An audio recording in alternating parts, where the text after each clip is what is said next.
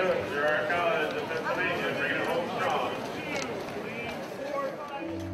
For 200 years, scientists poked and prodded, measured and mapped the human body, searching for a biological basis to race.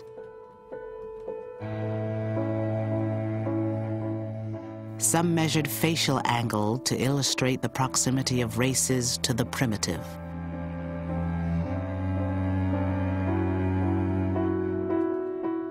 Others calibrated skull size to identify those with superior or inferior intelligence.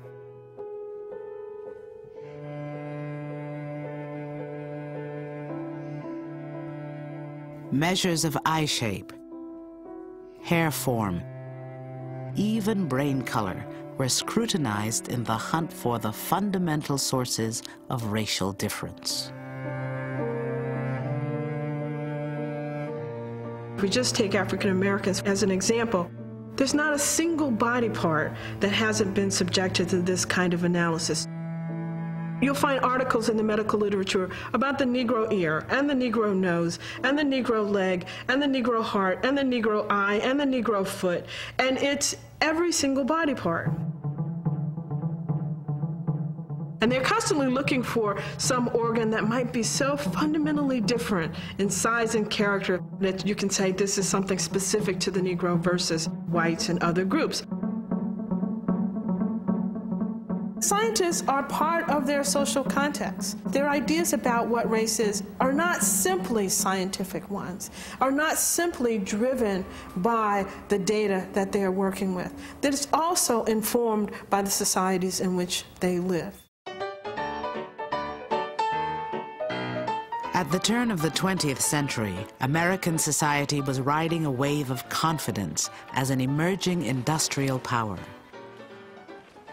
And the face of its power and prosperity was white.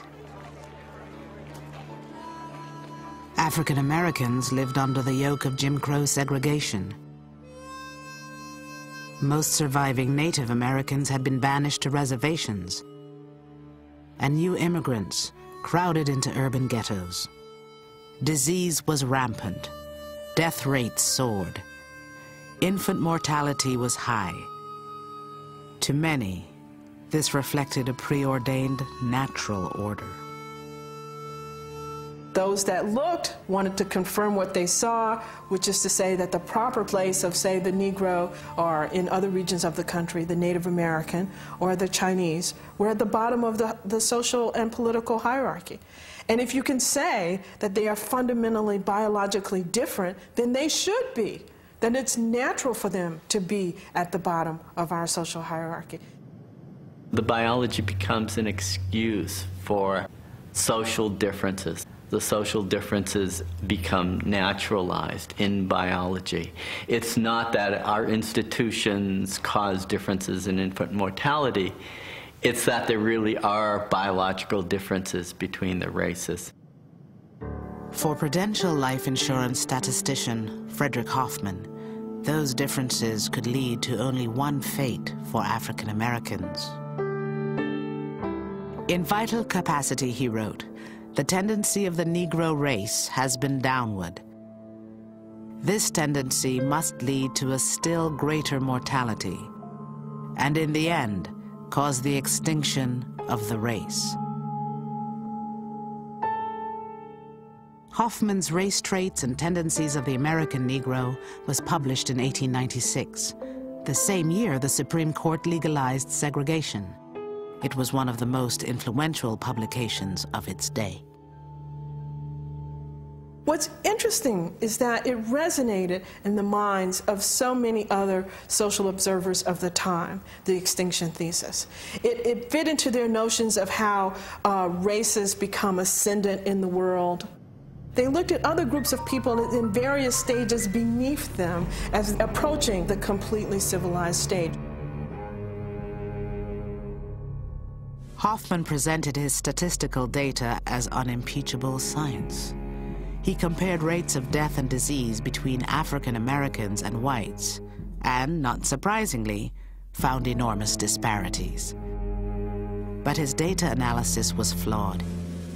he ignored the insidious effects of poverty and social neglect on health. In contrast to today's belief in black physical superiority, Hoffman concluded that African Americans were innately infirm.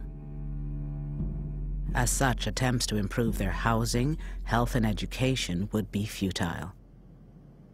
Their extinction was inevitable, encoded in their blood. By the 1920s, a single drop of blood reflecting African ancestry could identify any individual as black and inferior in every way. In the not-so-distant past, many of these students would have been considered contaminants, were they to have bred into the superior white race.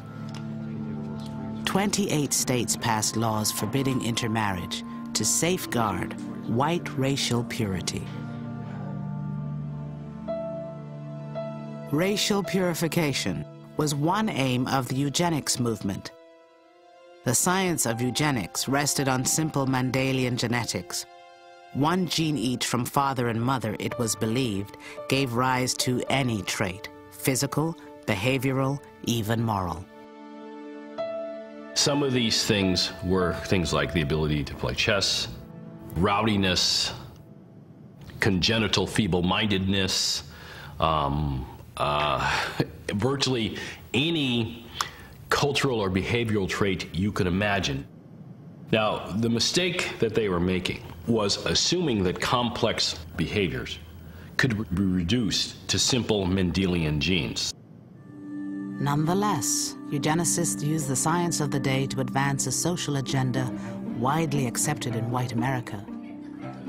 To breed the best and the brightest, always white, and breed out society's worst and weakest, of all colors. There's a lot of concern about race mixing. You don't want a superior race, a race with great qualities of intellect and achievement, a musical genius and these kinds of things, to mix with a race on a lower stage of civilization that has fewer of these characteristics, because that again would bring down the level of those characteristics and what you want to have for your civilization. What you did not want for your civilization was found in the Blue Hills of Virginia. Mongrel Virginians, mixed race, unclassifiable, and worse, able to pass for white, circumvent segregation laws, and breed into the white race. They were called the Wind Tribe for their white, Indian, and Negro ancestry.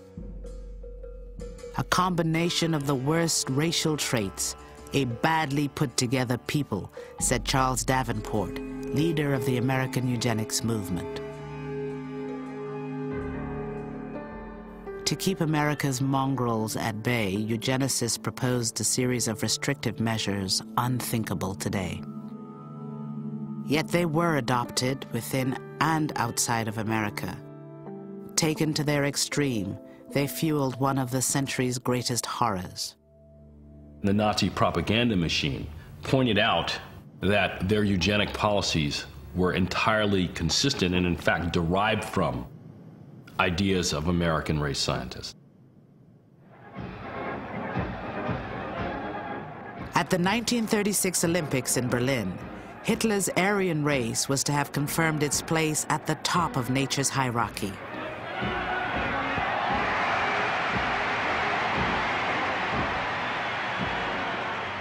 But the star of the games would shatter those expectations. And the games are on. Here in the semifinal heat of the 100-meter dash, Movietone's camera catches the blinding speed of Jesse Owens, cracking the world record in the incredible time of 10 and 2/10 seconds. As a child, Jesse Owens had been chronically ill, destined, it seemed, to fulfill Hoffman's extinction thesis, until a teacher intervened. When he first asked me to go out for the track team in 5th grade, Owens wrote in his autobiography, "It wasn't because he saw any potential champion in me. It was because he saw a potential corpse." Owens is ahead. Sternberg and Boschmann are fighting.